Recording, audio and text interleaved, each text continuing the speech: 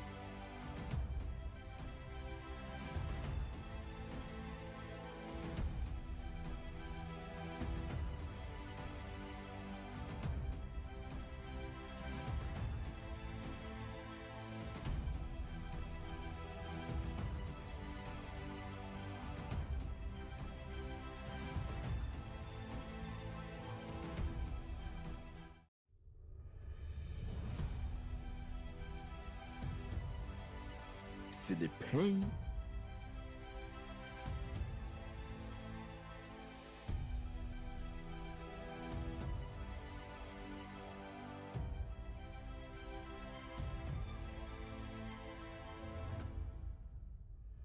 See the pain.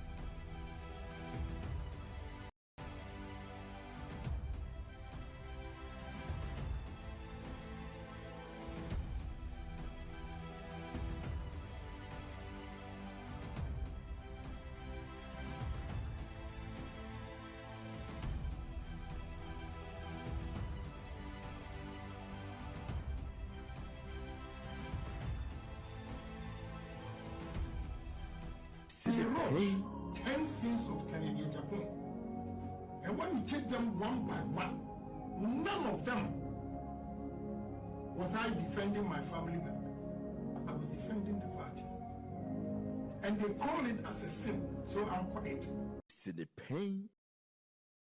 See the pain.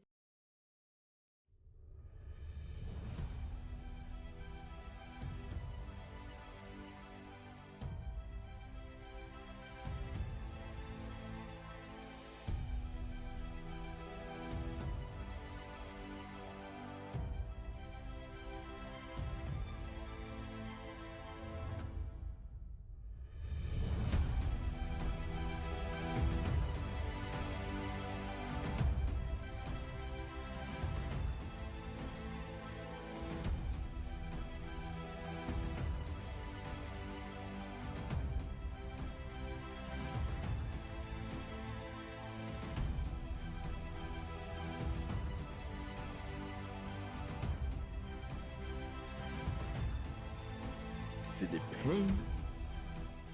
But then they say, I am not serving only country, I'm serving Ghana, and especially the youth of this country. See the pain.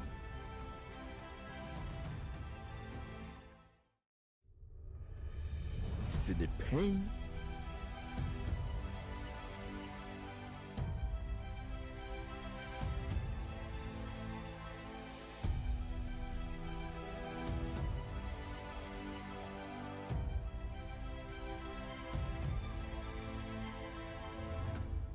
See the pain.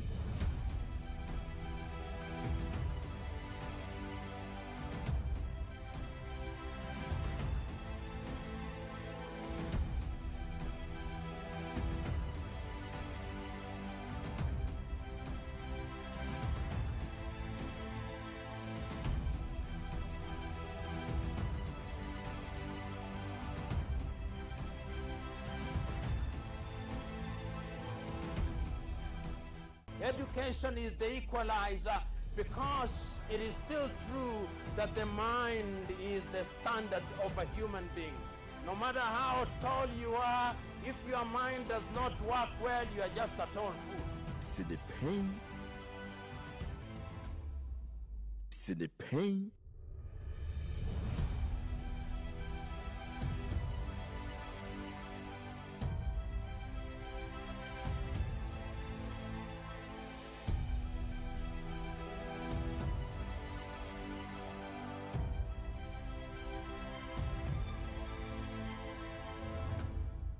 C'est the pain.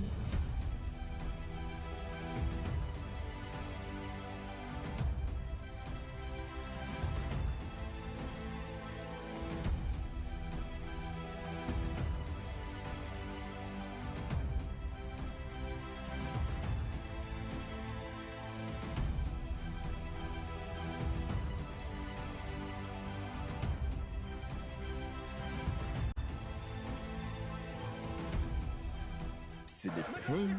The cocoa farmers, they have reduced producer price, and Erikopoku cannot be found. They don't care about cocoa farmers, and they are here telling us inflation, macroeconomics, is ready. C'est the pain. C'est the pain.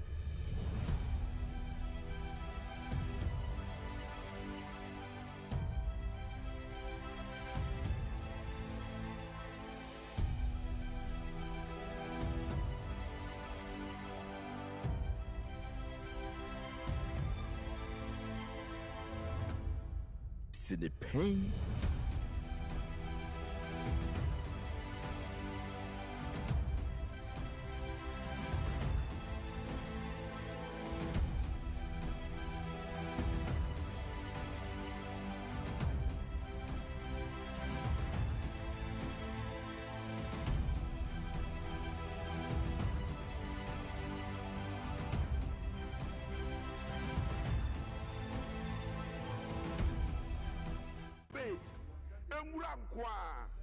You have done the same propaganda for 15 months.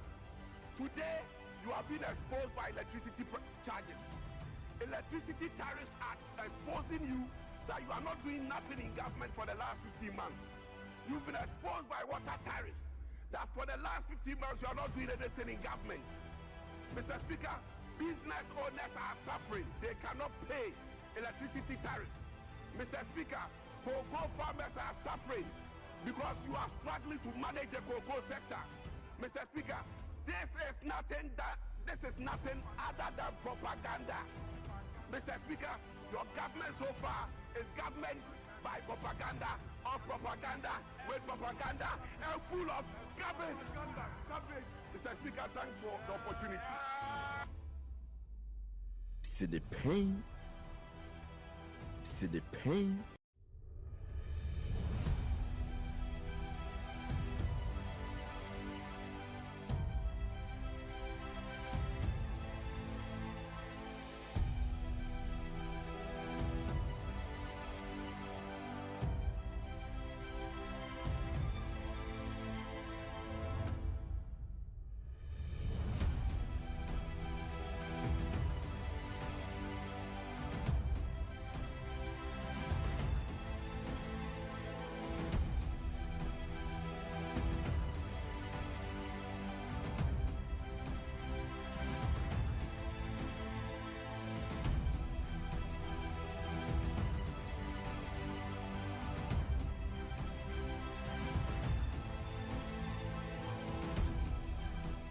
The C'est the Chinese pain. president summons all our presidents, and they summon them. The letters may be polite, but it's summons. They go to Beijing, tails between their legs.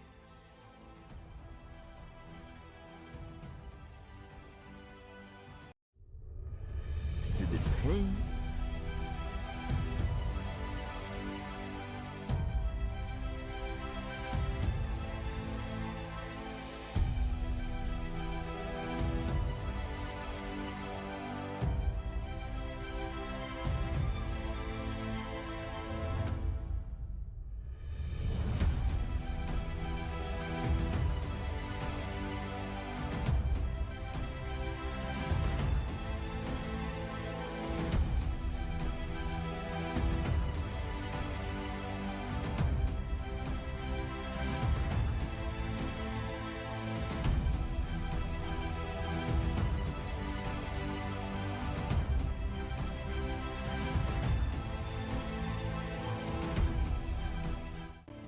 role models, and the role models, they are pragmatic ones. A pragmatic leader like Dr. Kwame Nkrumah.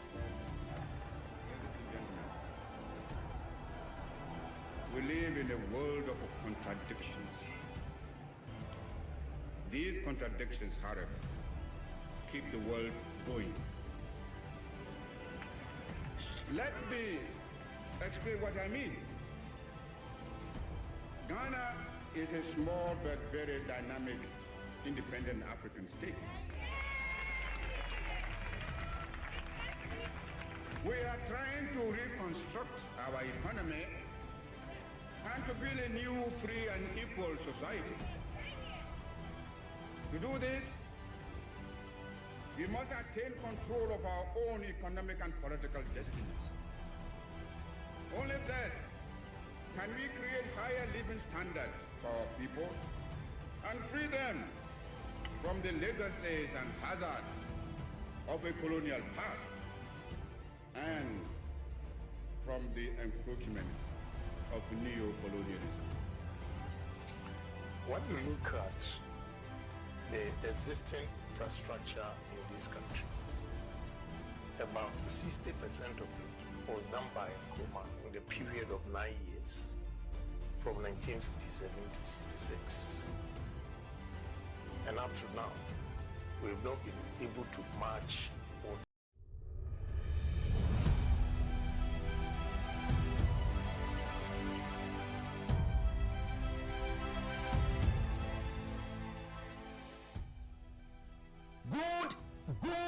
Good afternoon. Raise to the power 5,000 and so dafo for Nyankopon amoy enkwa techonada bojoboje diafo sane abraso service ni pay jumadi yade ebrewo o check it with your timer is exactly 12 minutes past the hour 2 p.m. yade brafi sabre kosi 709 ebebo afi yade aba ewiye na sadia jumadi no pompon so tia no saa na nanso so yade ekro abusha baby awo bia no o akwanya so betimi join yen and you can do that through a social media and a WhatsApp. WhatsApp number is 0240550899 0240550899 and okoro na fe odo nkomo efa wa sabato ya fe efie yabaje bia na fe yaka ni nyina de ama afe se oko Facebook and YouTube net2 TV GH net2 TV GH also ye adwuma obetimi afa ona afa oni edi nkomo ama bibia ayekama afa mo amutie ehwe eso so no obetimi edi mo comment and mo messages no afa waba na yanya dagere aka ni nyina de amaw afa yadama se ma join yen Asante Montemo ash 101.1. We are second to none over there. And then say Udu in fifth Montemo so and also NAP Radio 90.1 and also the pride of Central eti yenia je ye bom echo emabibia ekonenim afesa oban krampumpri Montemo oman 107.1 and so we are shaping the nation. Ye boase be aniama ebetimi akona ni mbefa ne tampa efra medikan aka tell say anytime we ebeduru ha no ye ba na afi Ghana tade an ya hye eti ye tiane ye kasa se Ghana fo se be menyama yoni amanyokuo bi na medom nanso mahwe mu se sama yokuo new patriotic party no se dru ba bi na se me nanso ne pa kwanya enam se demo buzia ene dankwa tradition no me free o masemi no masemi no ebe tiama me enti mesese no me Ghana ni prekope me kasa se Ghana ni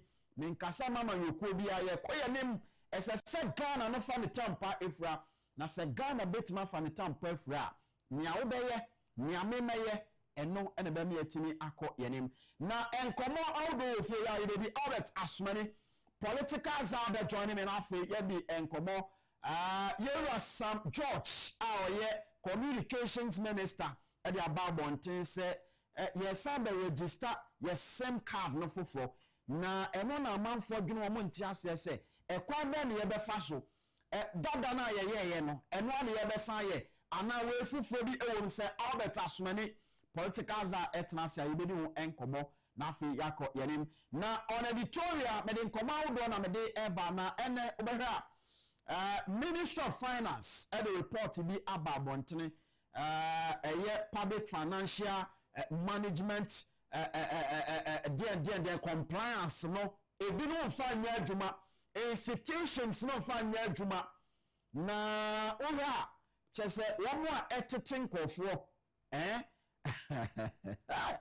sorry enye easy o chese universities na womo ena womo tete adesuafo ama ma ba be nyina be di oman nanimo no chese womo no chese oman ni sikasem no kwan omo pe ana omo de fa so because omo nim say ye den a ye me omo hwe eti kwan omo pe ana omo de fa so na we ni aba na fa ye di ho enkomo ama bibi akọ nanim and then of course makacha say Ghana ha institution bi a wa ha ye public institution bi ade me were interest room enti nia ekoso ewo baabi bia no ya na medimani edi akire me begina about 2 weeks ago at the kind say Oko Mampo Center for Plant Medicine Research eniama ekoso ho no sikedie a ekoso ewo ho no nokra ne se enyefe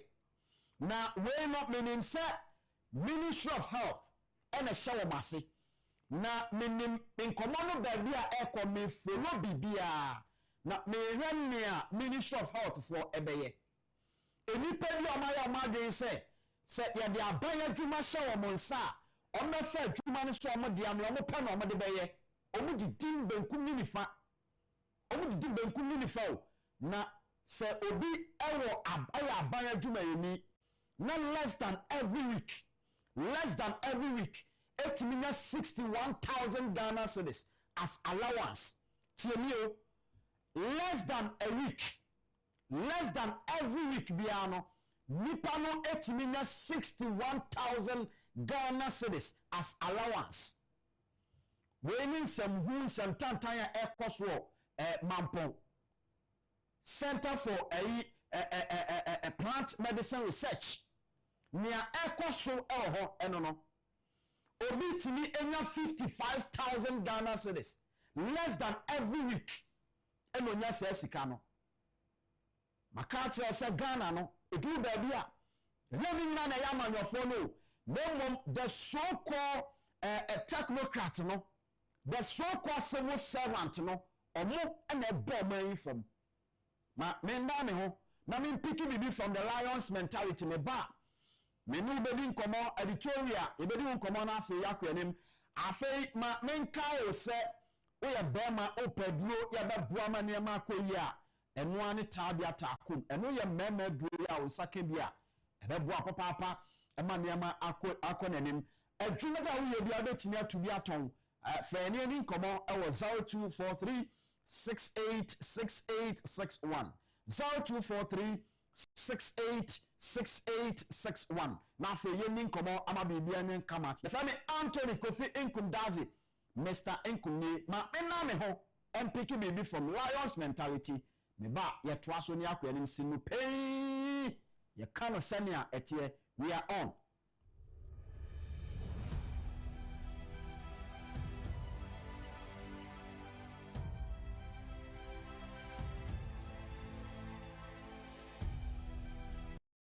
Osho said the greatest fear in the world is the opinion of others.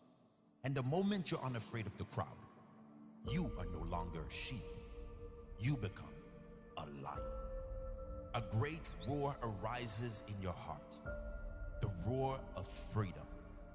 Sheep have no freedom. The sheep live with fear and uncertainty every day. A sheep never leads, a lion never follows. A lion is in complete control of his or her life. The lion does not accept scraps and does not get told what to do or where to go. The lion goes about his business fearlessly and with extreme competence. You will never lead a lion to the slaughterhouse. They will lead you. The lion is the king of the jungle. And it's not because the lion is the biggest. It's not because the lion is the fastest. is not because the lion is blessed with any great advantage over other animals. It's the mentality of the lion that makes the lion the king of the jungle. What is the lion mentality? Fearless courage. Bravery is a key trait of the lion. The lion will never surrender. The lion will never lie down and die, not even if surrounded by 10 hyenas. The fight is never over until it's over. Maybe you're not surrounded by hyenas. Maybe you're just buried by bills. Maybe you need to stand up for something you believe in that no one around you agrees with. Do not give up. Do not give in. Be fearless in going after what you really want in your life.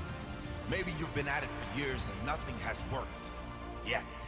Maybe you're tired of hunting your goals and seeing no rewards. Do not give up. You must keep fighting.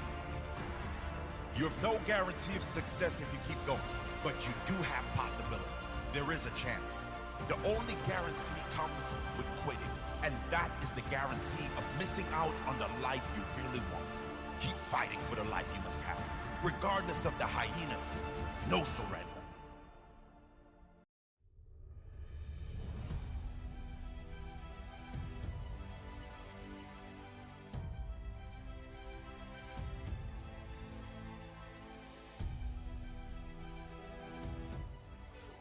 All right, welcome back. Abusuabra so say we di enkomo. Makacho say show we ni di No Pein. Na mejira he so machi a we be say Ghana colors. Eti Ghana ene gina machi no. Eti anytime bi ameba be gina ha no. Eya na wei ena influence me. Ghana no ena influence me. And in fact, we are also in Ghana month. Eti edu baby asase ye o minor pedie edemano. Se ya hwe ama Ghana na nkwa nanimu a ebe ha adwene. What is say health minister any mpenifo bi aka eka se ukokwerebu 37 any other great hospitals what Ghana ha. Yeah, most of the times, you know, say I can say be a referral from baby fufro near the Abawa. Over here, no, say penny ho, oh, penny ho, nani pe uno. What did the free maba?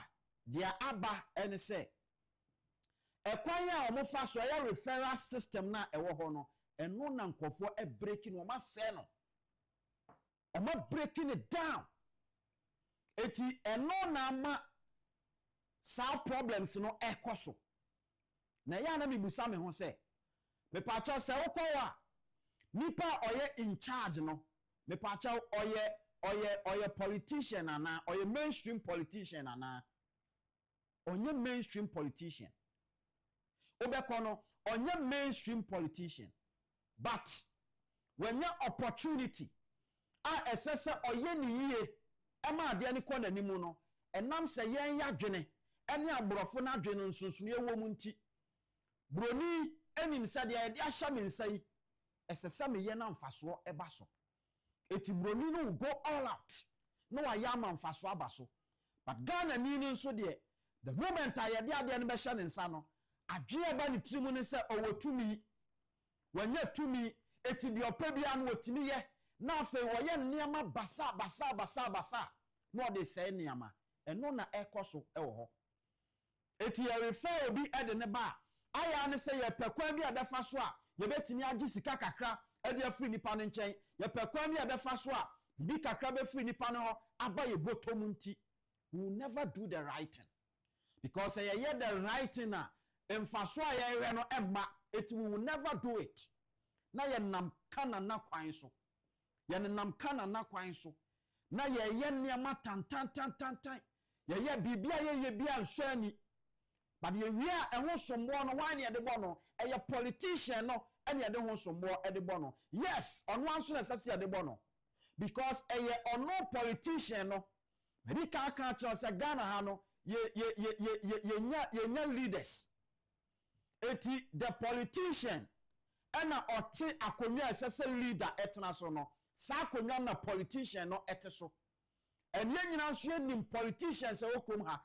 akwaya say only the strongest will survive syndrome ena ye adwuma eti bukatafo no wo mo adwembone ahye wo mu ma no omo na tambia no bon se wo mu nya akwanja no omo namu no omo bunia magufom no omo sei niama no omo man no etape oman ni siapene but ni nyina no enye omo asem because the so-called politician no ya de bi bone sesi a obeko for better treatment nanka wuye ni yi aka wanim emmenyam yewa kan Agyapong etna sidin no he se sa ayi center ya ehwe akoma center ya ebo nipa ema nipa etimi gina yei ye de ye wo Ghana hai enye ye ntimi mfa ya ho antu we so me ye politician nyame adom me watumi nsam se bi e kame ana me ma metimi afra wo mo edo makwa amanone nanso se eka obi a woni bi nso so ma ya wono nso ye Ghana ni no ekwan ben wo befa so eti sankofo ni nyina no mayema wo mo nyina so no ehunu so mo ye tinamufo wo mo ye Ghana fo they deserve better enti miame de me botom sika edi besi facility eti sei na me de ache Ghana $6 million. $6 million. Bisa ho say politician ben na aye bi e o Ghana happy. Omo nam ni nyina no the so-called politicians no omo nam ni nyina no sesem so mu say kwan ada ho a mo mu dimirika no mo ba. Ye kasa sesei se ukọ ayi koku ase a sesei politicians ni nyina kogu koku ase se so mu ye koku ase politics eniama tan anu omo ye eniama tan amano na ye ndisifo wo mu ni tumi ntu omo na omo ye enne eye MPP fo wo mu ni tumi ntu omo na omo ye enne MPP fo dimirika ekọ ayi koku ase akoka che koku okuani ni se yen na ye dow yen ye pewa asem yen ye wotima edema wo because okope sympathy one no okobobo ni metira bobo na chi sa no wagina so akoto aba e de ama no asif se so no ba obe ni yie eso nea ekono omo so ba sa MPP fo wi afia mo se nansenya wo mo na no omo ti akonwa so om de $12 million ekoto bu palugu dam num $12 million won koto bu palugu dam num ewie dimirika ba betena nkran ha enna kokofo ho akire mom dimirika ekoho koku ye koku okuani a ma wadwene mu enda ho se MPP ni NDC fo no these people they don't like you because the only way ntia omo be won say won na wo betimi aboa wo mu ama eye wo mo ye fa ne sai avenue a wo mudi nya sika no ebetimi aye sustain eti de bia no omo hu se kwan ade koku akuafo nti wo mo nam ho eti politician na ni ho se oti leadership akonwa no so no obe check eniama tantan a ekoso e wo man nim eti waye di because ankofo we nyina no ebo bra tantan na so mu wi oman ni sika wo mo politicians na no mo de sponsor wo mo eti se wunya politician a ono no onya usika eti wo akukudura ode kasa yeso ya ahomaso na ye mpe na asem eti kronfo eti baabi na ono no nya tumi se politician we de mpe na asem because onim se sa nipa no emma no opportunity man ndi nsamfu na wodi no eti obedi ape na asem on pe na asem eno ne ye de te wo ya mayim ena no nso nti ena sinipei dwumadie yaba he sa wo ye hwan you se ne awo ye no ebebo Ghana fom nko ade a aheya ye begina na yaka ye be sinipei ye nsuro nyankopon se nsuro nipa ye di obuo ene nimdie ede manipa ba sa wo ye wadwene se ubedi nsɛmhunu ama Ghana abɔfo mu a yɛno ebenya. I remember say 2003. Now listen to me. 2003 oko Boduase na ohia Boduase adwuma ewo ho a na eye banchifuo ana dodo na no wo eye eti former president His Excellency John Agyapong Kufuor etna sidin wo say now me pese me bie factory ewo Boduase enti wo mo eye ntotoye ye wura ha ye fa ha ye kwa ha. In fact, China for ebaye, Denmark for ebaye, engineers papa, and one be buyer, one best set up a factory. I have friend no Ayensu starch factory. Our body I say Ayensu starch factory. 2003. Now 2003 when we hear you know, we any jia a bad body I see for moi. Ubisa won say na den na we no ebeye adwuma gomboto mu ana. Automatically na be ya adwuma ebom botom because okobodi ase a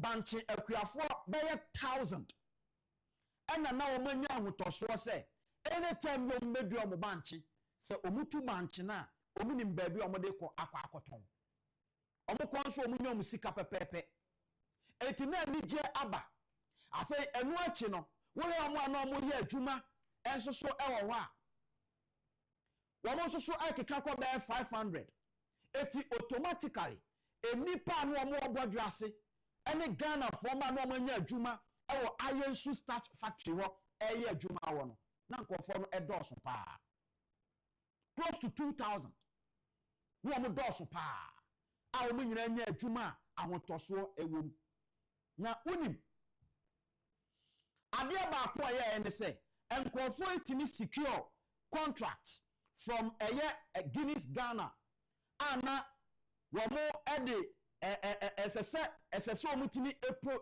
produce I think 14 tons 14,000 tons edema womo but they do baby no omutimi produce 1 ton 1,000 tons enko bebia na ubisa ho say starch emfaso ewo so ana emfaso ni so elsewhere other countries are doing it and they are making money but Ghana nkwade ye eboka ene ya me no kasa adwuma no agu somewhere 2012 na sikedie basabasa ekoso ho no na nya asem ketwa management no because omu Guinness Ghana for sika na baseya na nkofo ne checham omo ho na omu yese en central for kopie so ba ye tenase di eye hwehan ema ni nyina de beye wom di sika no etini yenye sika mfa manage ho emfidie ne sai kwa ye ntimi nye meanwhile no manya contractor edi sika ede ba se na nipa bi ene no mu di sai sika no eme ya tenase ahwa ma sai adwuma no egu sai adwuma no egu na ya me no ekasai ukọ mampon ukọ mampon a sansem funi bi ene ekoso ewo ho na saa mampon asem ya meken His Excellency John Dramani Mahama Ghana mampani ya de akọ na so ye ya tro de akọ akoma no eti omampani enso de response e de aba se mense som na maka kire yokofo so omunya nhwemu yokofo gusu ye nhwemu dru ba bia na yokofo ipupu omoto na ni nyina na egusu aye monitor proceedings ye hwe ne ekoso ene se ukọ mampon Center for Plant Medicine Research me kachira wa ha na no se eye 1975 ena Ghana ban tenase din no kopesa adwumakuo no ede baaye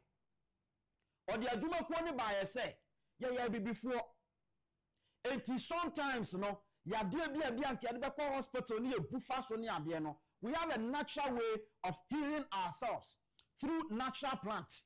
It is a sound that here dia moma yemfa abefu nimdie yemfa ntaito ne yema adwuma no enye kese hwe unemployment a ekoso Ghana ha bebrebe ni nyina no eye enipa ye de o magu nwuma no enipa ye de adwuma ahyehye wo monsa wo de krono hohom ena wo de tim krono hohom ena wo de tim mame ka asem nkyerɛw mamponfo me no ekase wo mo about 31 products madika ka kiro say sa mampon hono okwa Center for Plant Medicine Research na si hono se Ghana for yama ni kwa ho se Ghana politician Ghana mampani se wo ma wani kwa ho na wo make sure se wo be yi proye kronfo na omugu obeyi omo afiri wa adwuma no emu betimi abie ama wo mo a eguso ensoso penwuma no yatimi afa nwuma efo bebre but enipa atwi sika no go mbotom wo mo enya contract with eye Kasapreku Company Limited na contract no munya de free ho no sika efiri mu ba producer say ready afato so mame sika efiri mu eba no sika efiri mu eba no enya asam ketwa na se sika na efiri mu eba no enipa kakra bi a ewo ho ene da so no we TV ni so a ene da so no na we ye da so no sika wu wo so no eye sen eye 2 million Ghana cedis 2 million Ghana cedis ena ohu se eda so no we eye mampon adwuma wo moye ede ama Kasapreku sika omunya edi film no na sa sika we kwan afa so eba no ma menkyerɛw wonim se omo tanker enti so omo ye aduro ni wi a na omo de agum na omo de kɔ omo ye product ni wi a na omo de agum na omo de kɔ eti ya fa ne trip na each week biya no at least omo ekobi because omo ma menya ne ntie empanifu adano na omo di sika wo ho no omo ankasa na ka kire me say throughout 2004 throughout 2005 omo call 100 trips 100 trips and omo call ye each trip omo kwa ehu sika omunya any 2 million Ghana cedis na ya de 2 TV na so no now se womo ko no mu konya se sika no e de bawie a producer me pa cha fa your friend say allowances no fato so mame allowances no fato so mame after so ma konya 2 million Ghana cedis no e de aba no no ma be che sika ni nyina de ama omo ho tie o ye ncha ma adwuma efo nyina onipa kakra bi ne aselect wo mo ene ye che sika ne de ma wo mo na sankofo we anya tumi atro krata abase me mpese mo beka me ho asem because mo come ho asem you will tarnish my image na time around the abe any cocoa board omoniama nkoye na ya twe na bo so no rand the abe nim se adwuma ne nya ne papa dia se wonim se mpese beka ho asem dia and you have no business in the public sector it won't me anu afrim na ukọ but so betinam na sensemfo ntantan na beko so dia we will talk about it ya beka ho asem eti ya wo mu ni sabosumi bia no within a month oman kokra no trips makuma 7 in the film eti each trip bia no e generated this 2 million Ghana cedis na se omukọ no omoba omukọ no omoba allowances enya asem ketwa producer yanko ewo ho afato so na afi yanko yanim because esese ye ma yetiefo ne ahwefo nso ehunu ne a ekoso na echina obi ameka se den ni ayade ya ni ehunu no enu ne yedi ho adanse na se omokwa trip no ba akopɛ eba na director na wodano no wono age allowance of 61,000 Ghana cedis. Onon kwaji allowance of 61,000 Ghana cedis out of this 2 million Ghana cedis. Oyana na bedi echiremi deputy. Enso swaji 55,000 Ghana cedis. 55,000 Ghana cedis per trip. And every month biano among kwokrano 7. Eti wankasa ye calculation na hwa niama ekoso ebeye dan ade enya sika ye kwan e wo manyi na sankofo obosume sonso a no ma sanso asan kwa akwadwo am salary ohia mi kofi be ka kire ne se ye act ne kra na ma ye kwan se we ye renovation bi a ese se we ye innovation bi de ba SSC etimi ema ho royalties ba me ka mo act no bibia ni ho sa bibia ni. There's nothing like that.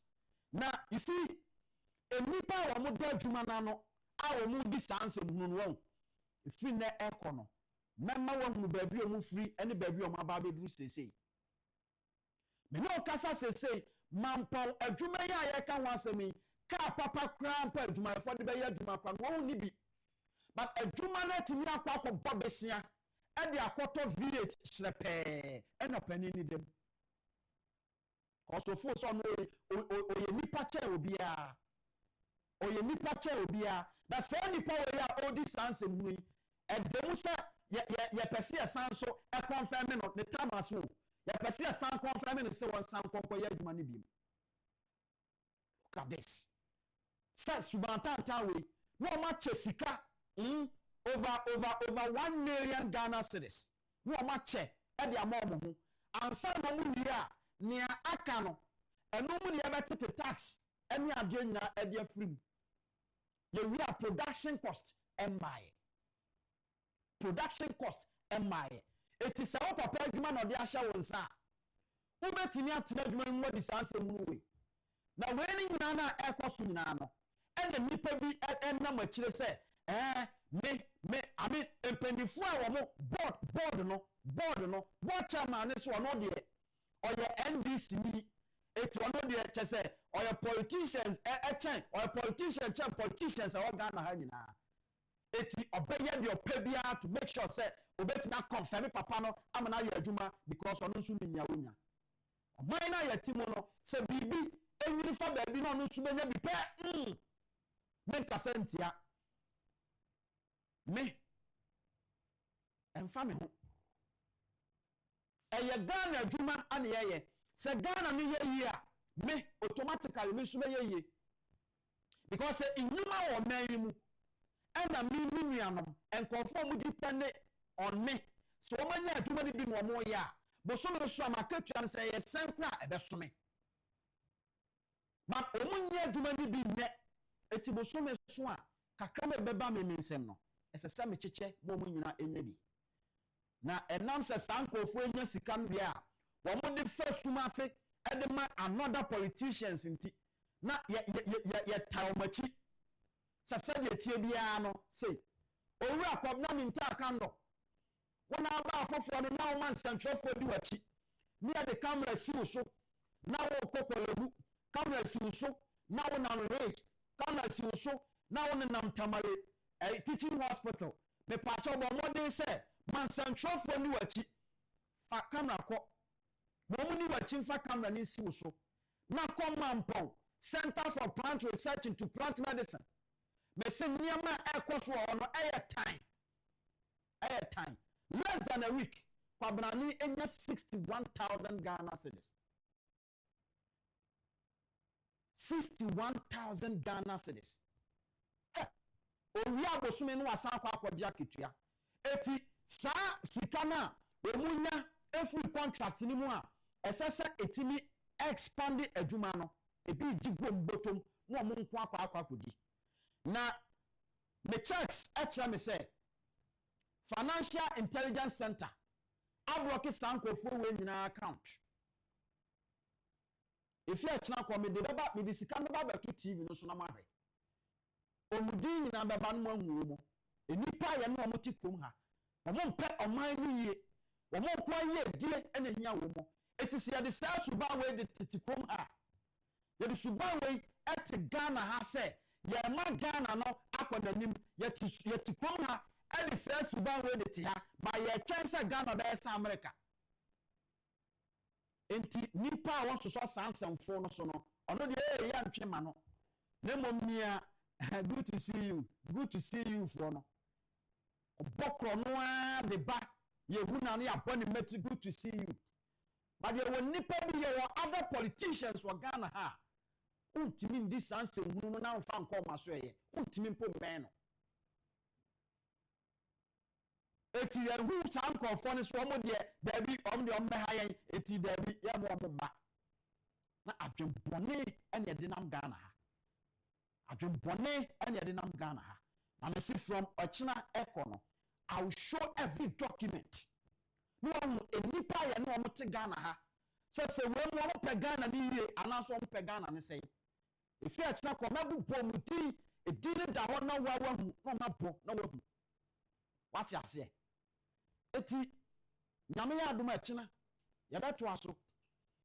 Say document na say ayira akina I will provide it. Near the atoso no obi ahu sika amanfo eje adwuma ya de ahye won sase hama adwuma no enkonanim na ukonya 2 million Ghana cedis na wo watimi atetimu over 1 million Ghana cedis say allowance over 1 million Ghana cedis say allowance because director no nkwane ne deputy no omo nkwaje more than 1 million no omo mienu nkwaje more than 1 million as allowance for each trip.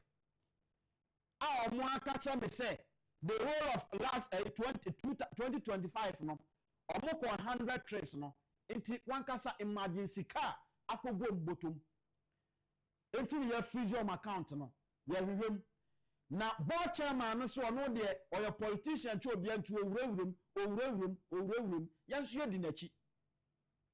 dinachi na ahwe a wono kra no ahwe bia wontena ho biem ono abo chair no wontena ho biem because we betimi atena ma saade we yakoso a o papa adwuma ne ye de ahya won sa nka betimi ama saade we yakoso aban ni na ni ajanti ye ya aban ni ama sade ayepe aban ni na eni aja ene da so no thank you eti ene da ho no erade eti nkoma na me ni wudie no ahu ene da ho no why bosome sankofo ye santua omuka o but each allowance and I say each month bia trip bia beko bia no allowance omunya free ene de da ho no allowance a omunya free mu eno na de da ho no eti sa okeka ni nyina ebomu a hwe sika nkofo we etimi ahye no e wo Ghana ha but wo mu gusu ye adwuma these people they are still working. These people, they are still working. Wemu, they are still working. What I say? Wemu, they are still working. 2024, 2024 to 2024, December 2024 to November 2025. This is allowance omoje and a good TV national. When allowance omoje bosumi aketua emayu.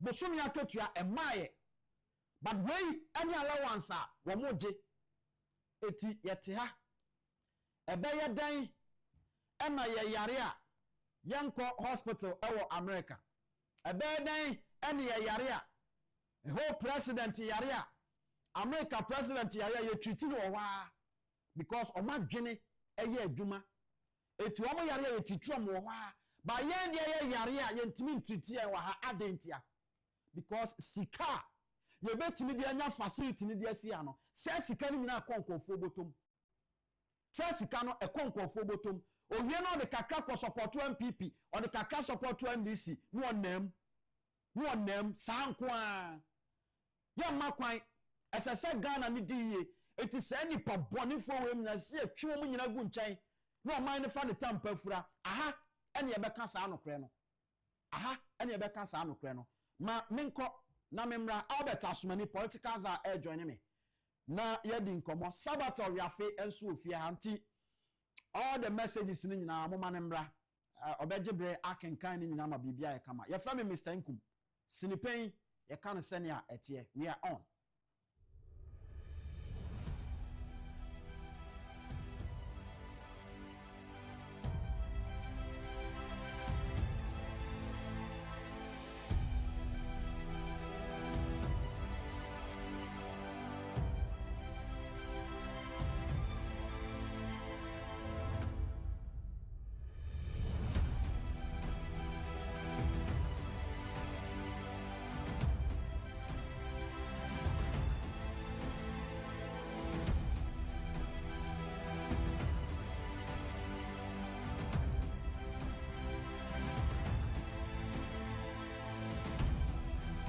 See the pain.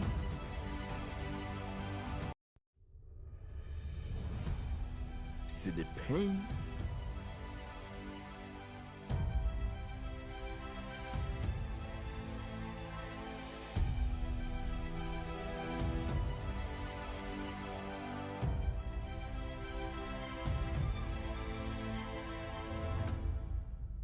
See the pain.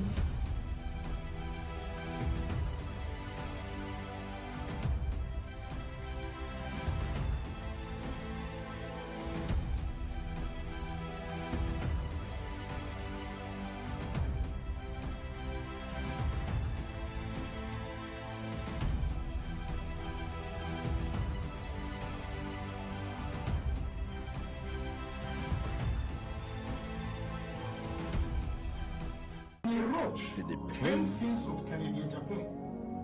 And when you check them one by one, none of them was I defending my family members. I was defending the parties. And they call it as a sin, so I'm quiet. See the pain. See the pain.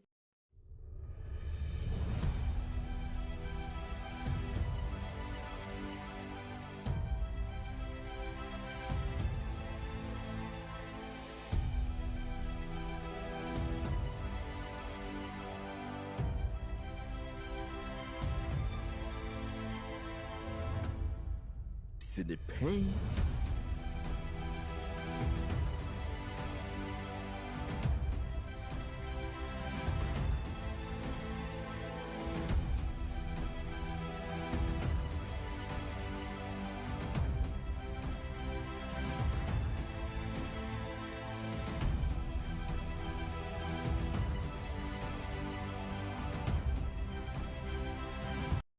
Have role models, and the role models, they are pragmatic ones. A pragmatic leader like Dr. Kwame Nkrumah. We live in a world of contradictions. These contradictions, however, keep the world going. Let me explain what I mean. Ghana is a small but very dynamic independent African state. We are trying to reconstruct our economy and to build a new, free and equal society. To do this, we must attain control of our own economic and political destinies. Only thus can we create higher living standards for our people and free them from the legacies and hazards of a colonial past and from the encroachments of neo-colonialism. When you look at the existing infrastructure in this country, about 60% of it was done by Nkrumah in the period of 9 years, from 1957 to 66. And up to now, we've not been able to match what he did. Our enemies are many, and they stand ready to pounce upon and exploit our every weakness. They prey upon our vanities and flatter us in every kind of way.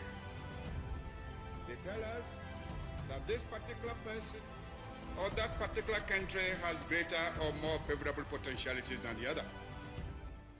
They do not tell us that we should unite, that we are all as good as we are able to make ourselves once we are free. I go around the country and I see the works of Dr. Kwame Nkrumah, and he's been my role model. See the pain.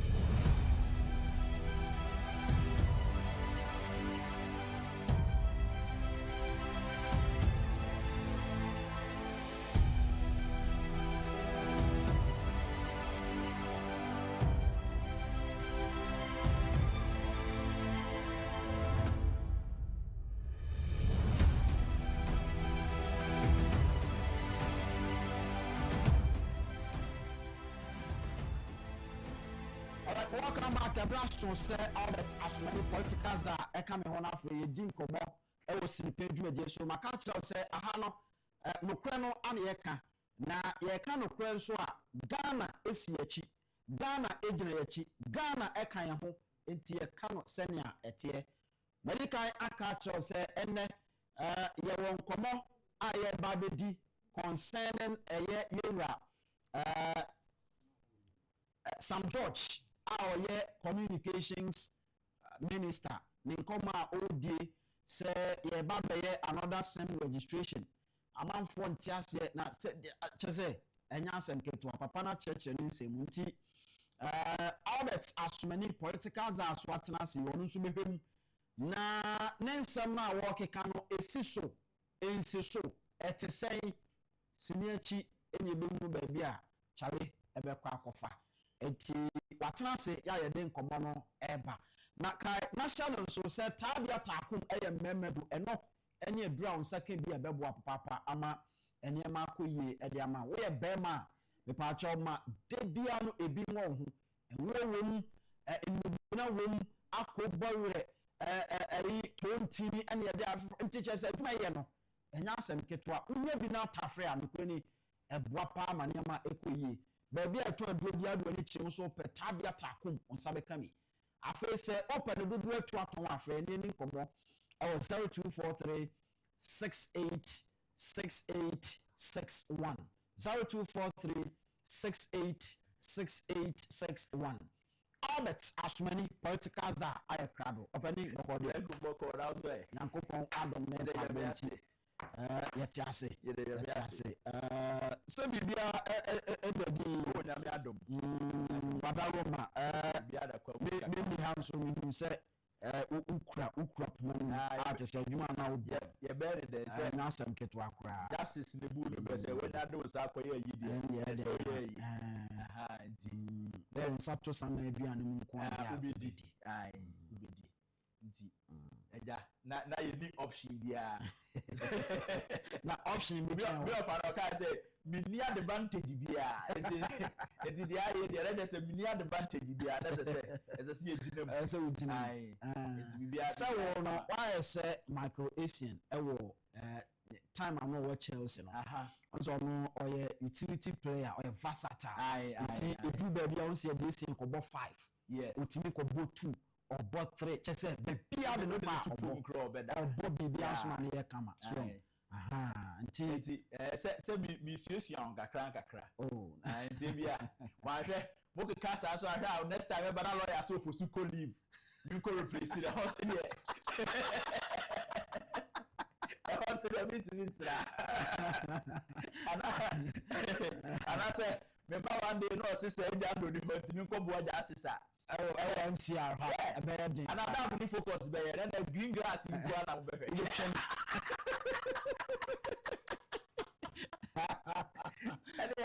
and that's a big trap for sa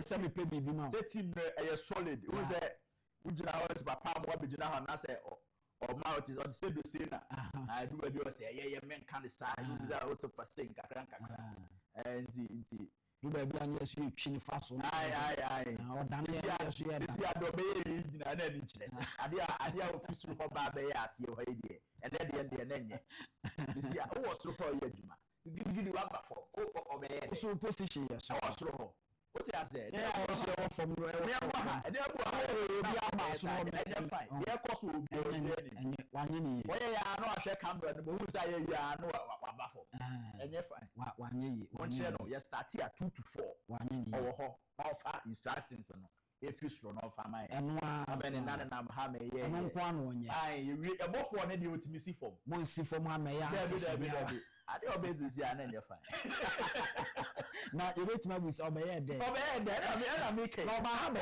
there papa mo o ba ha wie obeye there benye sa onya sa there no onya sa there no onya sa ade o say like so te was the base for so mu chiawo mo afrefre me am so be ofie no mo frefre me na wo na dabe na wo ba me fa nchiama beautiful nana weekend you know oyimba hike kotimi me voice note and the base Ghana fair so beautiful nana e dey asem say the base dey mo and as say I say this minimum ni asem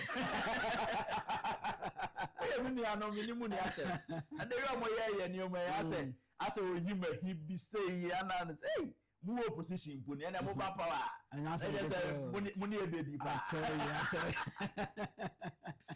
you me fan so and so edi hu adanse so wo bo adwuma pa o sa ba ze me am wo fa George Uncle George also say Uncle George I'm touchy no papa me no fa do I have you na what to say oh no yeah no o so me ka fa ho ye unim se wo fa da bi wo fa de ato nani o sa we na ye yi ankasa na we ni eswa ayi man tietia me cha man kudi na chi wo fa anya de ho ne de wa anya de e be man de bibi kakra gu fom ye be ye because ontimi nye ne sa because ana akwase bi a ye na yonko fa na kra ne dia na enimu but ade ntimi nto na nima ni nya e ho nko esi edi na chi ka no pikura be hyehyɛ be sesa nkonya what you say because me ko abusua yi aye monsawa na nanom ne wo fa asefo de ye so aso ma sa ye du se mu buka na ye wa kire ho na ye ma mu moral support enti na now de onkomra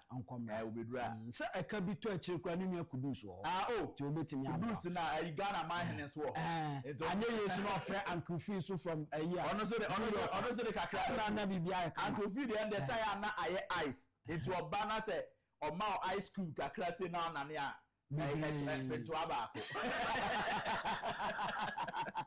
eno na fatwa ka de bolambo all that us money political zam no what na say dey say ya na dey aircon kakra sa na already medical catcher say and Sam George oye honorable Sam Jata George oye communications minister o see you register your SIM card for na ekwan a ye be fa so aye ene ade no amanfo ntiase ade se amanfo mpese on beti ase ekra na wa church ne nsemu ekwan a wo be fa so aye ne nhihye a ewo hu nyina no wa church ma yintie no. Let's be clear. 30 million SIM cards per her reckoning were registered under her process. What we did was an audit sample of just 2 million. So it is incorrect to say that 80% of the 30 million cards have been verified. Now, we ran a biometric verification on the 2 million sample that we picked randomly. There was 0% fingerprint verification, 0%. None, not even one matched. And that's very simple technology as well.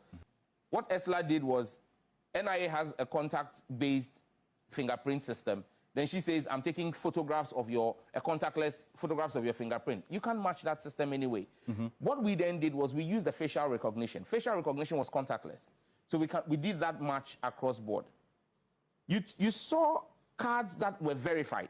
In the 80% that we verified as against the NIA's database. When we did further forensic analysis, you realize that 2 registrations have gone through as properly verified because the PIN, the Ghana card number, is the same. But when you pull up the record of the exact Ghana card that was used, you then begin to see disparities. The name on the Ghana card is different. Same Ghana card number, but different first name, different last name on the 2 cards. The height of the person is different. The date of birth of the person is different. Even the photograph of the person on the 2 cards, which have the same Ghana card number, is different. So you realize that one of those cards is a clone. But you see, because you just buy, basically it was, let's all go through. Let's be clear. We communications minister and our church and say no concerning SIM registration or person so ni biem. What church and say what say 80% na ye ka say of Ghana's population na ye ka say ya register woman no obekwa kwore ebi kra no na edin no eye soronko ore picture kra eno so wo Ghana card no so omde ye no eye soronko che say disparities no edos nti wo ye den ese osan ye no fofo se de be ya ebetimi aboa na osan so ema ewiase nyina te ase se wo mo one impenifu a wo mu nyina deda ba no ehia interior minister wo mu ene impenifu a wo mo nso so no edi akotene wo amambuo no mu no wo mu nyina ehia ya wo modi ho enkomo am se obi anso ate ase no nso no sei no oka no. The Minister for Interior, who doubles as the Minister for National Security, is briefing down my neck to give him a credible SIM register. Because there are times when law enforcement needs to identify a person, they pick what we have today, or they ask us, and based on what we have today, we provide them information. They go and pick up the individual, and you realize you've picked up the wrong person. The person's Ghana card was cloned and used to register a SIM that was involved in a criminal activity. So we've got huge needs that have to be dealt with. And that's the Minister for Interior.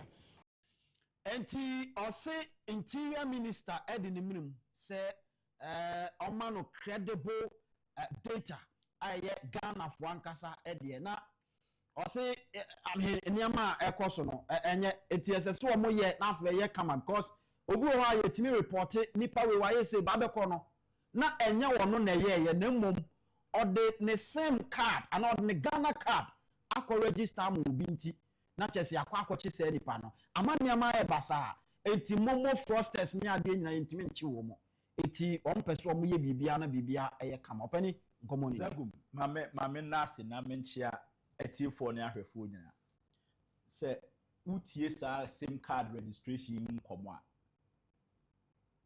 na ubisa se Ghana hefa na yefi ne babia bedru because really eniamo mu kan nyina doesn't make sense to me. You see, say, yes, sir, na ama ya say, empenifo mu di oman anim no, they are becoming too irresponsible. Obi aye de ope okwa. Eno ano no. How? How? Because you say could share. And Sam George, our minister, yeah, or champion say any credible SIM registration. He's been a member of parliament for I think this is his third term. Third term. Our parliament. Time ana Ghana SIM registration. Na honorable Eslosu minister. He was just going up and down, trying to even discourage people from registering their SIM card. What was the issue at that time? Na omuhu ye say na ewo SIM card registration na enye papa. You see, so a member of parliament, only a member of parliament for NDC, the 275 MPs or more parliament, and then they are representing Ghana. And you have a responsibility. That's why I say, executive near BBA, as a parliamentarian, what's our constitutional right? And they say, we police and the even to parliament. Now you be na making sure say right thing is done to save Ghana from every unnecessary cost about Ghana. So. And even the citizens now, Ghana for a you see, I as a politician, say as you answer. Me ankasa se me kaya, my SIM registration me answer. Ghana. Somewhere 2012, yes, I am now live. Obi ankonkoye SIM registration under NBC. I remember that time I was working with MTN under NBC. Ye koya ye buy Eslosu ye buy chinchila for the issue deadlines. Munko register SIM. Last week in Pode, Mr. John Mahama, President, His Excellency. Ejina is it bro or I have one of the regions they say SIM card registration na because na Eslosu ne Professor Atefa no monkasa. No mo yaka. And no na ama system no client synchronize it and registration. Mitianam say if the whole president of the land is speaking like this, and then there's no hope for Ghana. This brings us back to someone 2009 Barack Obama Eba Ghana Okachiro say we need strong institutions and not strong men. Who cares about who talks to who and who doesn't talk to who? Says Lausine cannot take from Kasa, yeah, fire away. Ghana for a 2 it's an edge of Mahama Bemus will be no being Kasa as a Ghana and a Sofana. You see, and Jaya say, Oko ministry, apart from minister na only one, Oko NIA, apart from head na only one, all the technocrats, all the civil servants, they are there. It's like I'm attacking civil servants, but we have the irresponsibility on the part of some civil servants who come a huge. You have the people working with the politicians demanding allowances upon allowances, or the same conditions of service. The brave. At the end of the day, institutions are bogus. Why must we have a home ministry like communications ministry, NIA in place, and under certain regime they couldn't do proper SIM registration? At that time, now some judge are forming or the say stubborn academy. On ne agbananum say SIM card registration the omon yet. And then if people are also going to form stubborn academy, what are they going to do to them? You see, if you're a minister, and as an MP, that's a wabem, that's a wabem, say a buying for party for being a wabem, you want to sabotage them to make sure say obubi be on benu enye name more babem or wababeya. So I'm a young point and it's a clear case of star politics. They are question the mama and the civil service over 28 million or 29 million people are on processing. So spending 1 minute is just a waste of time. Because the system, what is even the guarantee?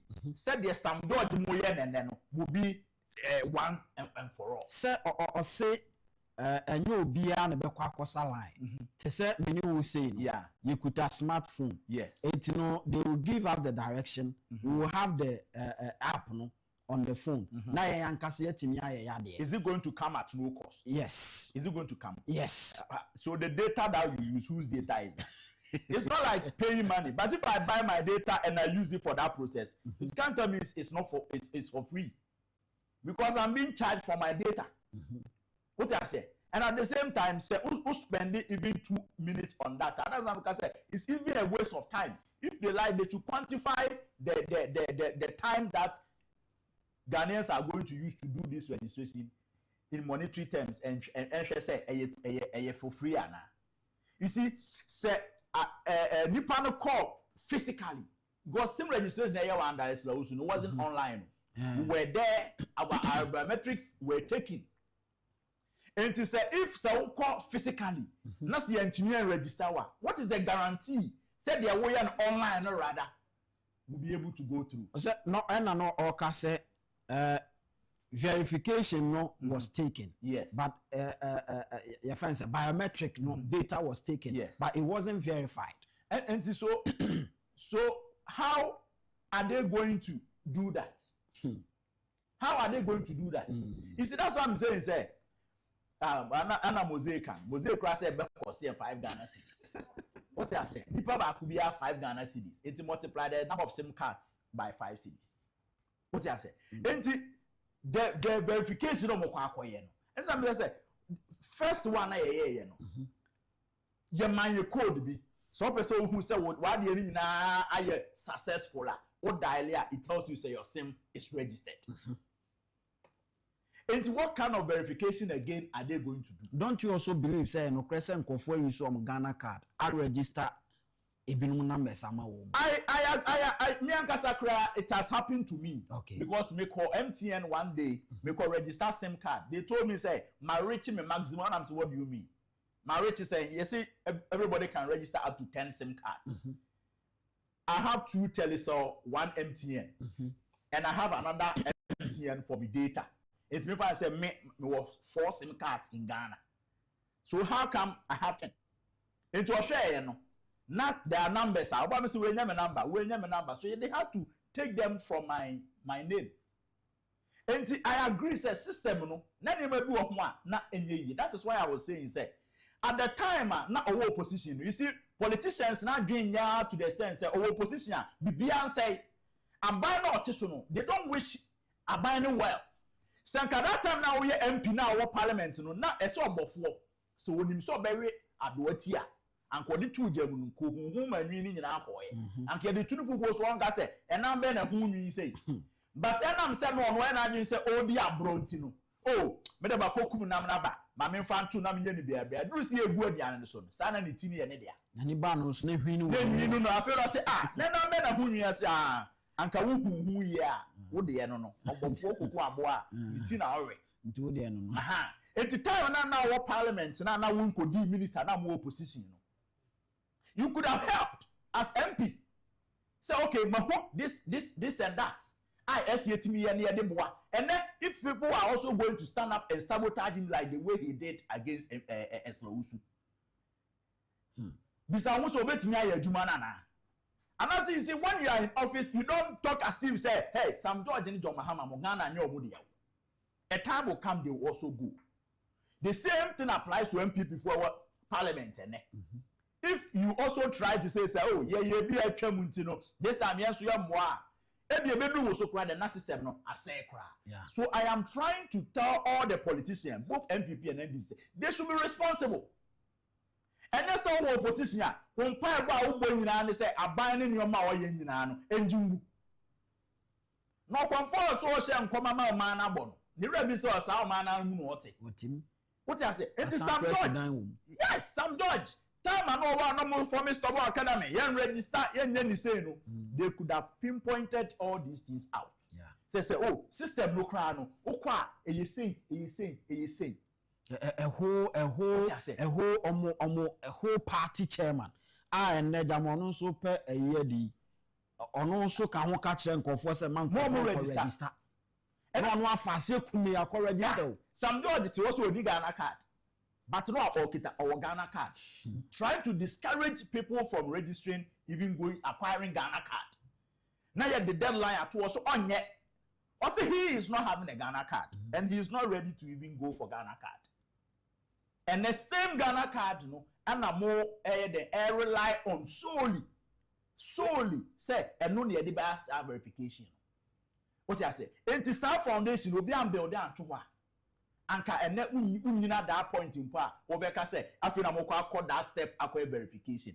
But this also comes back to or the saying Honorable Eslausu. If everything that we are talking about, Sesana party and on to a diabropa.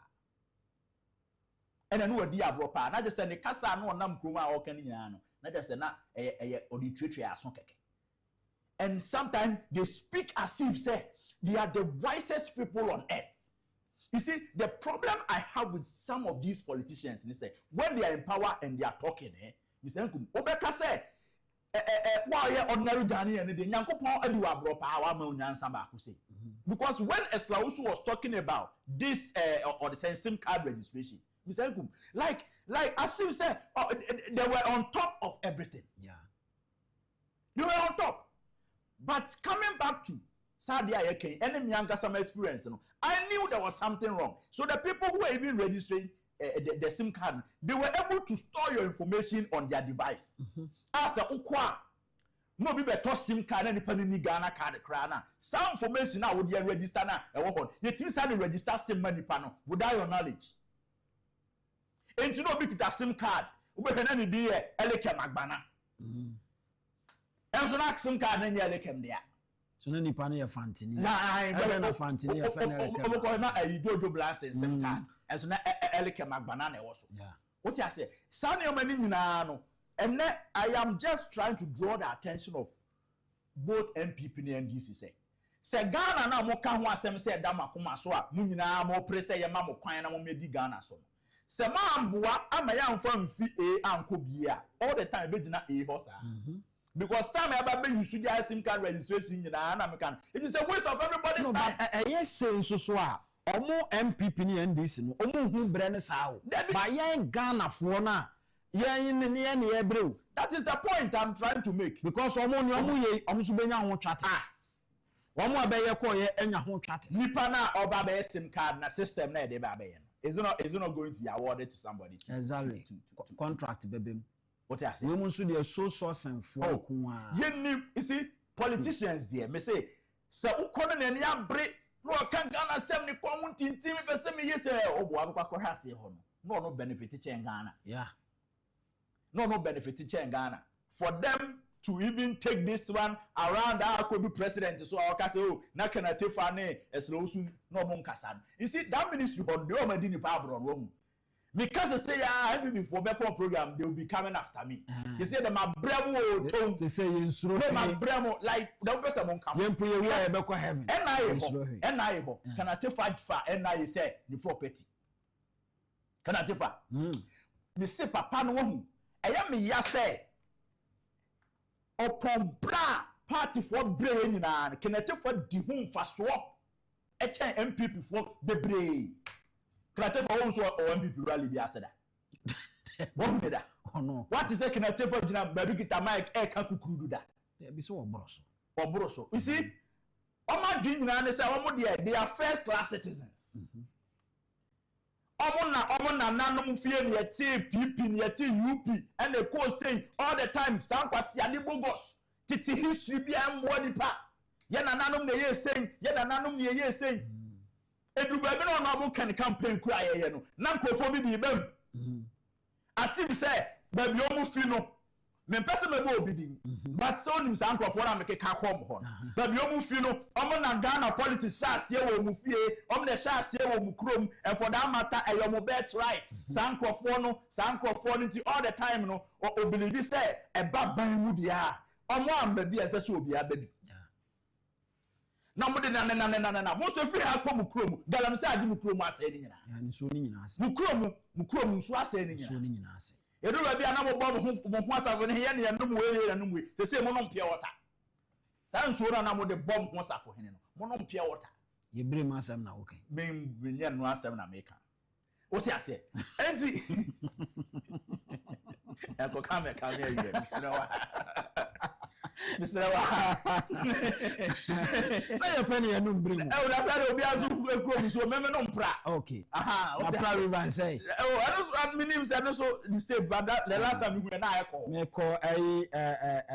call Erubo. Na me ba na hwe ankobra no mu atu say yes. Abon for oza galam safe for na nkasa na aba no.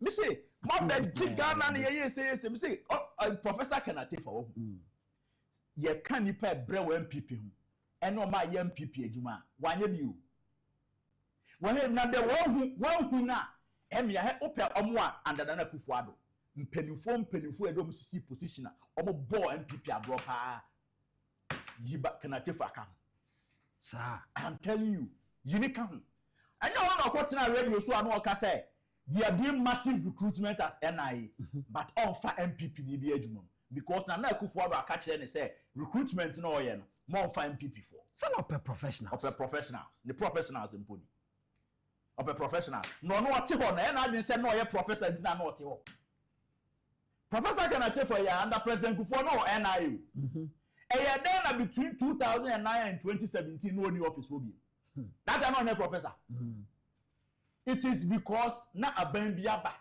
sa aban no na wo no wone no enye align enti Joma Hamani Atamels ebeji wedi ana ye nkurasefo na ye de ye nim nyansa ya nko school da no ye na masie ho ana ye campaign start MPP ba 2017 ye ba ye na aka so na professor na ka MPP ama power anka be san ko NIA and MPP to opposition who are NIA so you see when you are given a position don't look as if say people shouldn't be too self-centered say as a ye omo normal merit sa ade no enti no motipo but abai na ama power unya it is because encrophobic koye adwuma ma MPP ba aban mu ana ye ma appointment enti sanka Professor Kencity fa no odwen MPP ho a they can say hey mabenya adwuma because of MPP dia ene ma menso man krofo adwuma because of MPP omonya professionals kronko mo adwuma mean cast Mr. You can't tell me say adwuma na wo NIA no so per say who employ MPP for you not get qualified. I'm not saying say nipa na qualify me mfa no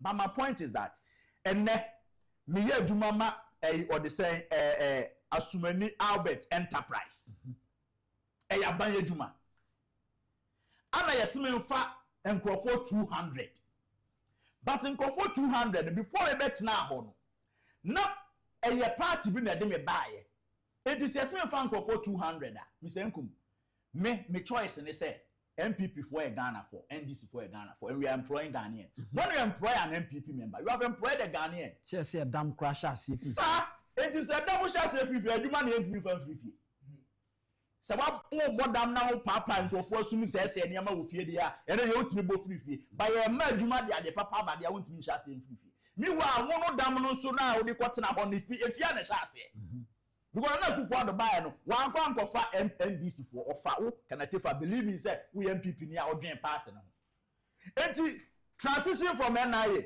then Esla also comes in as the minister. A Hona Ghana card registration, friction. And you see, I don't want to go into the contract issues of a Niamo who produce Ghana card and a home community, a home choir Mosai. But at the end of the day, you see, say, and some George Moon king. Say, I'm passing a comb na san at TNA sign of Fufra. Wherever they are, or money be papa. They will know say they wasted Ghanaians' time. Also, on minister now, former minister now, Nkasa confirm me say, indeed, biometric, were taken, but Oma verify. Until now, I didn't to me a casa actually and say you take here by and verify. So what was the essence? Say be an uncommunism or messing winning and come out. That is bullshit. Forgive my language. Because you see, your mandate. Say you are working between this period and that period. You cannot leverage a Niamana Obabeyeno to another election. Because another regime come. It is how we are Juma dia. Won't mean that me and that you could renew election ya babeye. That is problem and I'm with Dr. Bamami MP before. Say Muchai you are the same you levy two horse yen free na ye two abama be near bar. Yeah, one dear one I will create here.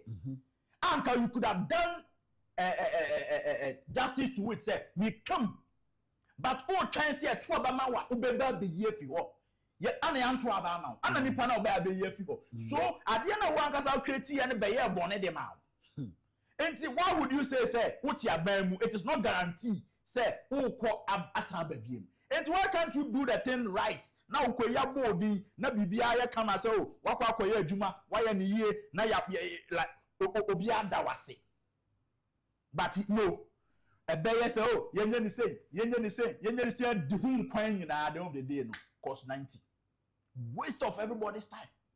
Yenye na yes, I could be a register. Se bana se afe belu galans on the internet here papa yi afe umia so umia we mia because at the end of the day and the internet enti say and then na meya and then na my na meya hebra ni ya no so go through process ni na final batima be mia to end the thing no now internet. And you see, we know in this country say when there's pressure on a certain system definitely be slow down. Exactly. It is our online crowd. Maybe say me angasa me na create group crowd. Odo crowd no obe den wakwa akoye sa already. So una na de ono no, una na de ono no yeso ono no obeba no ma yama. And ono de aje ofro car. Efi pra river e de bank kokko. So una na nkuta Android phone. Your baby come Samsung kuta. Your baby come Apple phone. Android phone crowd no baby omo won. Omo wo edua bi a omo kogina ase e ana bepo bi a omo fro. It's a honey say no. Yeah, first come first head. I just want to many pan. It is almost Budiana, not just a registration. I just want to Albert, as many political za and I mean no AD and come on. I wish your baby I do know. Wow, here 80 and so when you so bit me a bum no bidding come with Manaya Kama. Tabia Takum, a meme drew, me patch of modern sound Sabeke Bubu, a beboa pa.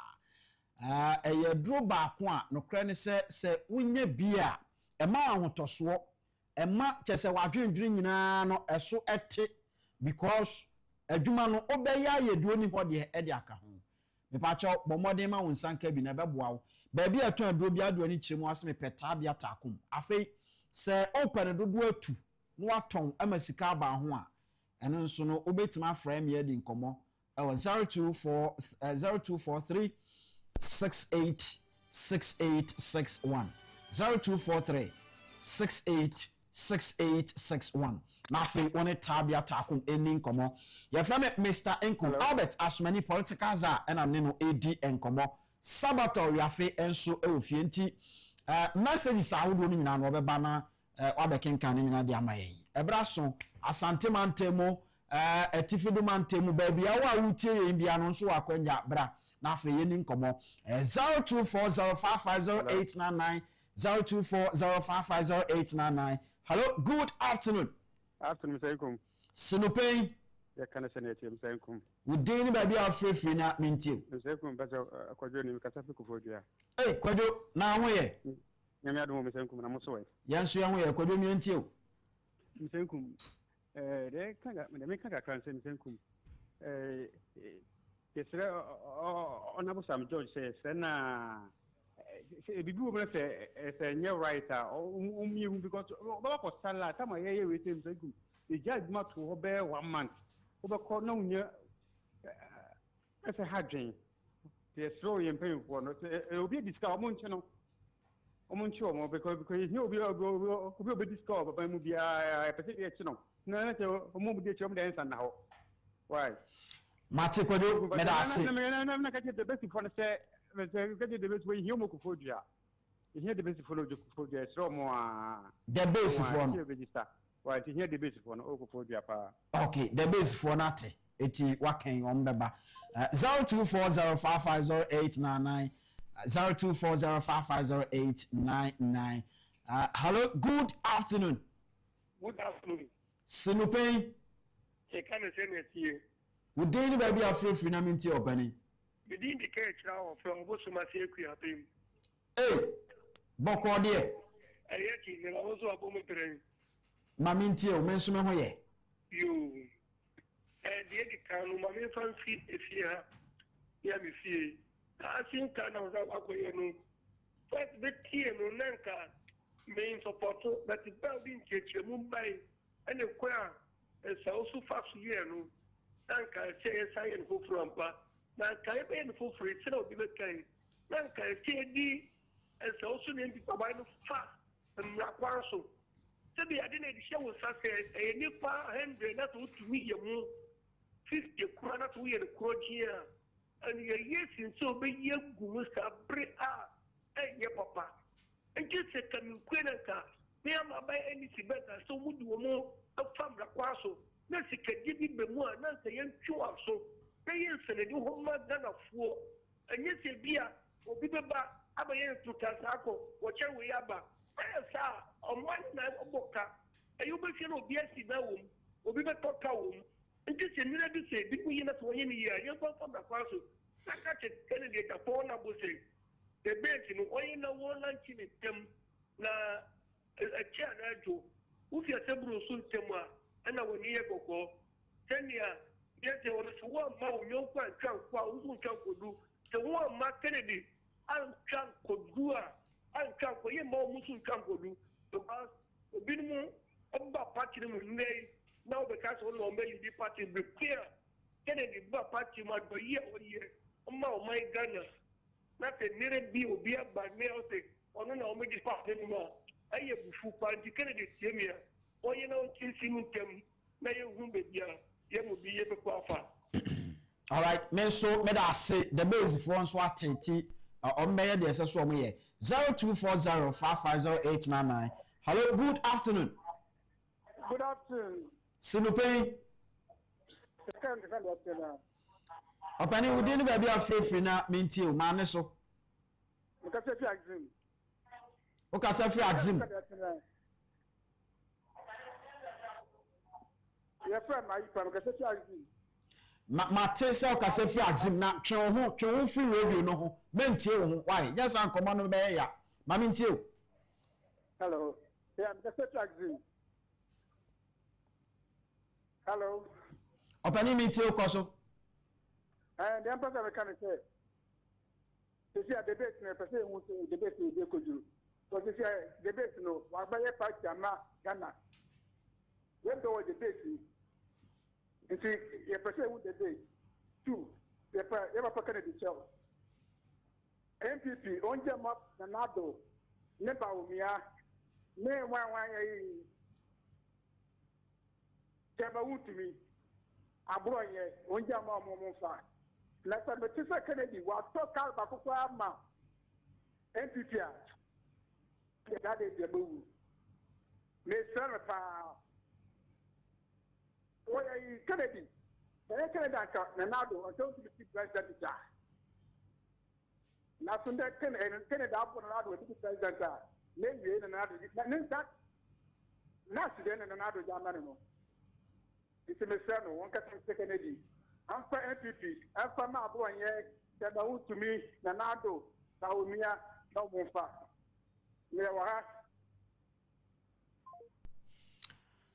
Okay, hello, good afternoon. Good afternoon, Mr. Davi. Sinupe. Yeah, Canada, ma, ping. O number no Ericam and Fana Manama, Minty, and then Baumes Mefa. Achim Kusi Boko dear. Or Guy Mom and we. Now, Me and Queen. I need the kind of bomb about it. Now, only you. Only you, some cardia. I'm a Casagana cardins when you. It's always a football. There's a queer on first one with getting a new one. And you can so many, I mean, near Juma and Sanko Salad, brandy at it. Senator American Papa Kennedy. I'm playing a community grow. Senator American. That's why I show your law about the temper about the business in the field, not in the one next year called the no. We don't do the normal. No man, come and from Nigeria community will do that kind of problem. I say, I come across, but I'm only a management. Menso meda se yechia woni achim kusifo ne takwasifo nyina 0240550899 ma menfa last two callers na menko sabato we afi ho. Hello, good afternoon. Good afternoon. Sinupe. I can't send it. Opani we dey baby afrefu na minti. Your friend Gibat, Kasef Medina. Maminti. Masem say ABC4. Say come here say ka bibi e wo Ghana bia no. Omo na omo eye. Ta no ma gye yo omo bibi anti ade and before ye bia omo pekwan bia omo ka say eye no ma ye no so. Sikom bi die en put the any. But eye adipa. So we are trying to say omo no I said mo kwa na bibi bia eye mo yi se bia mo ye we ye we bibia sa but ye yes ban pakra na ye ade a oyi tabde na no ye menteria no eti den na e ha no senko obeko ni nia ba no ye minister wo say oh ade we ni say a ye say e beboa ye ni say e beboa ama o man no enya so ba na okuti aye ewie na pro beka say ye ni foforo na say ni say a beboa ni ya aya mun sanse abayi sempa na nfoye enya adepa wo mamu a omo mama ne nkusura bibia obeche ye a good body sem mama bibia omo ya no ma ye ne gofro ade e busizem no menso medase 0240550899 mama fa last caller na menko sabato we afi ho for messages no na fe yen so dwumadi no so. Hello, good afternoon. Good afternoon. Sinupe. Debbie, my last caller no say when Timothy Menfawi. Hello, good afternoon. Good afternoon, sir. Sinupe. You can't say the pepe. We didn't baby a free na minti. Eja usuno no. Hey, eja usu bako die. Oh, bako. Oh, your last caller, maminti. Okay. Remember, nyame wo ho. Ampa, nyame wo ho ampa. Na Sam George ne yesofa. Na so say LGBTQ. Ada na onya ho djuma ansa na waba we ho. Nana. Mumisa na mame. Ye de tai onabo kan Agyapong na chi ono kan okure. De de penase yempe na da fo no. Inti Sam George mumisa na mame. Say LGBTQ no. On kan ho asam ni yensan ansa na yeso ba ye dim card no. Misuse damasi nyame nka mo meba beslamu se ba ka kire mo. All right, ejesu medase papa we are my last caller mama fancy aminko sabato we afi ona afi onfa messages no am I obapa et say Mr. Inkum nyame adom me ho ye pa na so e. Nyame adom ene empaibo ntimi nso so me ho ye. Ye da nyame ase ye se me kan cho say ya feel pa ya feel. Sa. Ye da nyame ase say ne wa ba be kan yensa. Wo ma fe me. Ai. Eh. Sa ena ya tiefo ne ya hwefo ka. Na ye ma me wini e champon kra de na o se me nton kra. And Fama will say the show is not complete without you. Nti men kan cho na brand tentem na wa feel pa. Ai. Internet de wa ba de nani age pa nani age. Yaba. Ai. Enko bi why?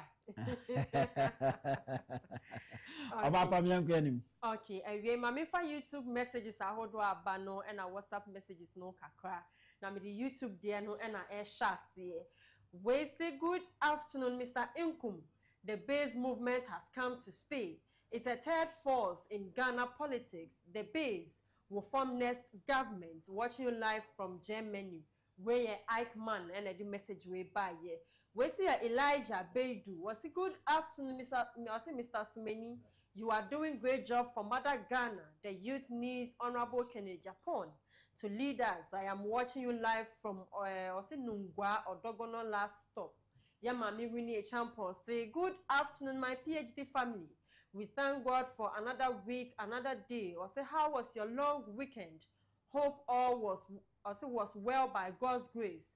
Welcome back, Mr. Inkum. We miss you dearly. Keep up the good work, Sinupin. Ways to see a set Opoku. I say, good afternoon, Sinupin. A champion Kwame say, good afternoon, Mr. Inkum. The only politician who has Ghana at heart is Honorable Kencity Agyapong. Hashtag the base has come to stay. Hashtag Ghana first. Also watching you live from the Wu Ekwapim, Masenu Ping. When you say Mami Winnie Champion, or say amen and amen. We have to put Ghana first. Full stop. Kencity shaping the nation beyond the limit. Also what happened? Okay, I know the internet problem. BBNC. Where Agyapong Hima TV. Also Sinu Pein bro. The base. Also the base gets connected. Afao. Where so friends of Kencity Media. Also good afternoon, Mr. Inkum. NPP and NDC should watch out because the base is coming. Hashtag the base Ghana first. We see a reta. Also good afternoon, Mr. Inkum. Don't worry. Also the base will change everything. The base Ghana first. Thank God you are back. Set Opoku say the base Ghana first. We see a Isa Adam. So Mr. Inkum at the saying, Mejidi say Kencity phone you now hoye. NPP ni NDC abegro. What's the name? Okay. I say the base Ghana first. I say abekronsa. NDC ni NPP. Abekronsa. Abekronsa. Okay. I say the base Ghana first. Honorable Ken. I say Ken Nyami Shrawo. We say Richard Ohene Ba Adomako Edifi UK. I say Mr. Inkum. I'm surprised that Sam George, his NDC is telling Ghanaians that they know better than NPP. Since when NDC became more intelligent than NPP? Hey, Asemo. We say Ebenezer Dia, or say the base Ghana first. The base jobs for the youth. Or say welcome, Mr. Tony Kofi Inkum Dazi. It's Mamifa YouTube messages no and see her. Na Mamifa WhatsApp messages no kakra and count home. We say good afternoon, Sinupain. I am James Edusa Edifi Myra. Or say if and I mean if I don't see Ken Agyapong's picture on the ballot 2028, we will not vote. Or say on any family now or month to about 2028. So we will honorable Ken picture our ballot box in the swap, papers in the swap. We say, Mr. Inkum, welcome. I'm happy to see you again. The base, we are still waiting. Also, we are still waiting. Isaac Esiedu Bento, Edifika Soa, and Ebaye. We say, good afternoon, Mr. Inkum. Also, Mr. Inkum, you are right. Most of our politicians are thieves. They don't think about ordinary Ghanaian. Hashtag Masinu Pain. Where you pass solo edifi the wu equiapim and a buy. We say Masinu Pain. Don't waste your energy and time to talk too much on corrupt civil servants. The base has come for good. The base movement will take control over everything with honest and hard-working Ghanaians. No more corruption among the criminal civil servants and politicians. We are coming to fix Ghana to the satisfaction of ordinary Ghanaians. I said the base, Ghana first. Where ya Kwame Owusu from Achim Ebuakwa and the message nearby. Well, say good afternoon, Mr. Inkum. This is John Kwesi Esel from Amasamana Kraman. I say, Mr. Inkum, I'm very sad. Look at all this money we are losing. I say, look at all this money we are losing as a nation. Look, we need a thinking leader. Not everyone. I say, not everyone is a leader.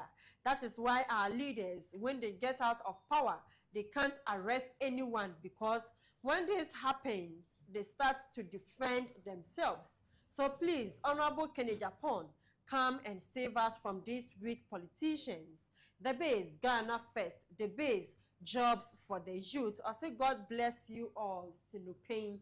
We say, good afternoon. Let's welcome the base, support it to win power in 2028.